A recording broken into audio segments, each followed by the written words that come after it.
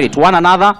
Let us then get the approach of persuasion. Let us persuade one another. If you don't agree with this, persuade differently, other than to criminalize. If we do that as a country, it will not matter what side you are in, because then the laws are objective.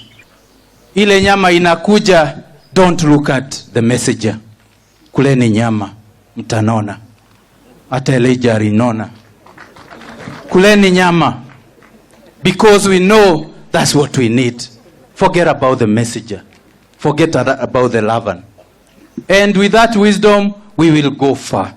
We will. The leaders of the rest of the society, our social leaders, our business leaders, must stand with us and ensure that as we do this, we do not have conflict. That politics actually becomes the resolution of conflict. Not badmouth your leaders. So he is in the spirit. Do not badmouth. And the Bible goes to say, hata ukiwa chini ya blanket yako. Tunaelewana? Do not badmouth your leaders.